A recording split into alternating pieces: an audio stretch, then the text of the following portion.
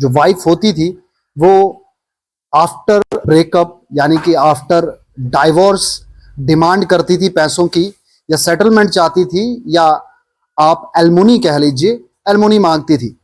उस चीज पर ओडिशा हाईकोर्ट ने एक करारा जवाब दिया है और मैं वो जजमेंट भी आपको बताना चाहूंगा जो हाईकोर्ट उड़ीसा ने जो है सुनाई है।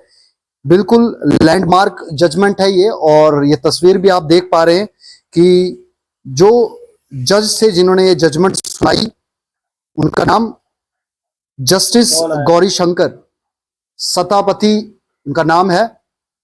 जस्टिस गौरी शंकर ने ऐसी स्टेटमेंट सुनाई है, ऐसी जजमेंट सुनाई है जो पूरा देश जो है, पूरा हिंदुस्तान उसके बारे में बात कर रहा है। जी हाँ, आप जानते हैं कि हिंदुस्तान के अंदर जितने भी हमारे लॉज हैं वो फेवर करते हैं ज्यादा महिलाओं को, जिसकी वजह से बहुत सारी महिलाएं जो पुरुष हैं उनको उनके साथ में किस तरीके इतना डिप्रेशन कि बहुत बार सुसाइड भी जो है वो पुरुषों को करना पड़ता है।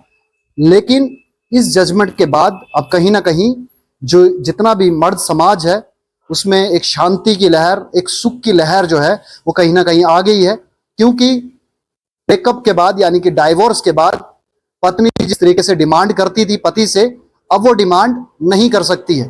पूरी जजमेंट आपको बताऊंगा कि अगर एक बीवी पढ़ी लिखी है और उसके पास वर्क एक्सपीरियंस है यानी कि काम करने का तजुर्बा उसके पास है, तो वो अपने पति से मेंटेनेंस नहीं मांग सकती, यानी कि पैसा नहीं मांग सकती डाइवोर्स के नाम पर।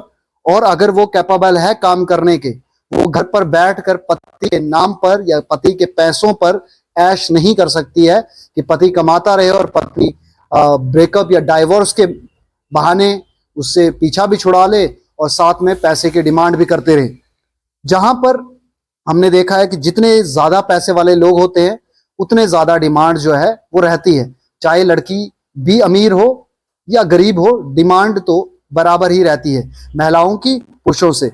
अभी साथ में जब ये जजमेंट हुई तो इस जजमेंट के बाद जो है वो ऑटोमेटिक देश भर में कहीं ना कहीं खुशी की लहर है मर्द समाज के अंदर, क्योंकि अब उन्हें जो है वो, लेकिन दिक्कत ये है गरीब लोग हैं उनकी बात यहाँ पर नहीं की गई है। जो सॉरी गरीब नहीं, जो अनएजुकेटेड है, जो एजुकेटेड जिनकी वाइफ है यानी कि पढ़ी लिखी जिनकी वाइफ है, वो आपसे कोर्ट में मेंटेनेंस नहीं मांग सकती। लेकिन अगर आपकी बीवी काम नहीं करती है, अनएम्प्लॉयड है, घर का काम कर रही है, तो फिर आपको उसको पैसा देना पड़ेगा। जो भी जजमेंट सुनाई जाएगी, जज जो भी कहेगा वो जजमेंट जो है माननी पड़ेगी। अब इसी के साथ में एक, if a wife is educate and employed she should not claim maintenance for her husband while staying at home, she should work. वो घर बैठे बैठे नहीं मांग सकती मेंटेनेंस, उसे काम पर जाना पड़ेगा, उसे काम करना पड़ेगा। और ये जजमेंट जो है वो अप्रिशिएबल है। आपको क्या लगता है? एक ऐसी जजमेंट है जो खड़ा करती है सभी उन लोगों के जो लोग इस लालच में रहते थे कि शादी, कुछ लोगों का तो ऐसा धंधा ही बना हुआ है कि वो अपनी बेटियों की बार बार शादियां करते हैं और बार बार जो है वो एलमुनी के नाम पर पैसे लेते हैं। आधे लोगों का धंधा भी है ये। हिंदुस्तान के अंदर बहुत सारे ऐसे लोग हैं, उनके लिए शादी करना, शादी कर कर फरार हो जाना, शादी कर कर डाइवोर्स जो है मांग कर पैसे मांगना, ये सब भी है।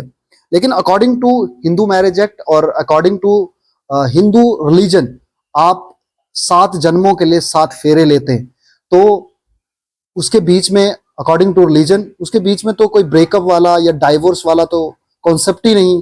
7 जन्म यानी कि इस जन्म में तो आपने फेरे लेने ही है, अगले 7 जन्मों के लिए भी फेरे ले लेते हैं आप। एक जन्म ये तो 6 जन्मों की बुकिंग भी इसी जन्म में हो जाती है। फिर उसके बाद कहां से डाइवोर्स आया? इस जजमेंट को लेकर आपका क्या कुछ कहना है? कमेंट बॉक्स में आप अपनी राय जरूर दे सकते हैं, और जो भी प्रताड़ित रहे हैं इन सब चीजों से वो भी अपनी राय जरूर दे सकते हैं। और क्या कहना आपका वो आप इसके बारे में चर्चा भी कर सकते हैं। धन्यवाद।